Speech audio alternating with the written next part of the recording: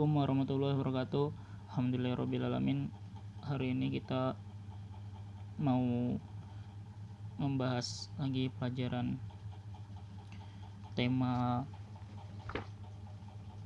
8 untuk kelas 5H. Kita ada di halaman 80. Yang pertama kita baca dulu bersama-sama tulisannya. Minuman kemasan yang biasa kita konsumsi ternyata melalui proses yang panjang.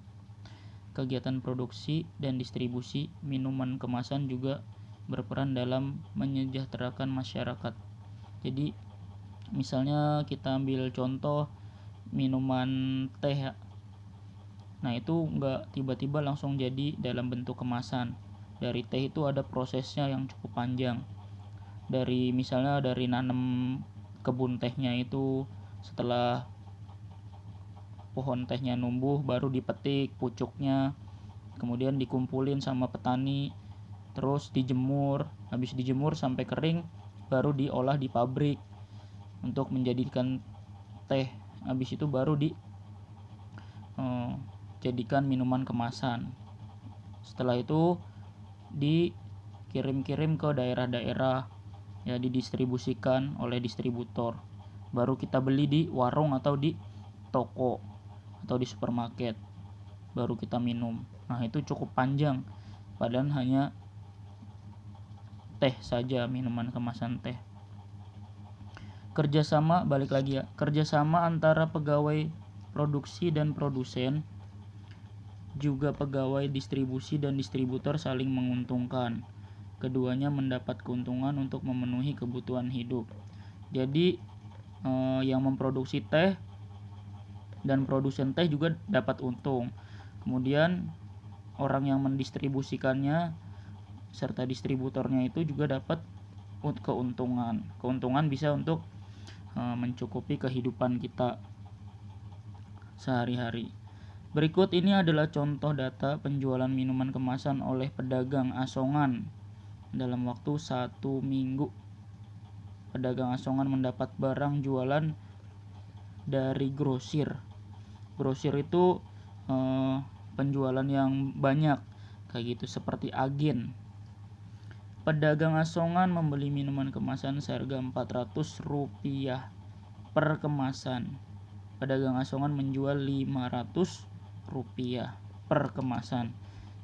Pedagang asongan akan mendapatkan keuntungan Rp100 per kemasan. Jadi per botol dapat keuntungan Rp100. Ini ada hari Senin, Selasa, Rabu, Kamis, Jumat sampai Ahad. Banyak minuman kemasan yang terjual. Keuntungannya yang diperoleh pedagang asongan tersebut. Setelah kalian lihat data pada tabel ini, maka ada 5 buah pernyataan ya, bukan pertanyaan. Berdasarkan data tersebut, kita dapat mengambil kesimpulan sebagai berikut. 2. 1. Penjual minuman kemasan paling banyak ada pada hari Ahad. Hari Ahad kita lihat, ya, dia terjual 250. Kalau keuntungan yang diperoleh Rp100, maka 250 dikali 100 yaitu dapat Rp25.000. Seperti itu ya. 2.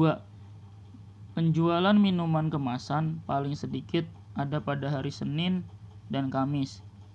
Senin 135, Kamis 155. Kenapa sedikit? Bisa jadi pada puasa. Seperti itu. 3.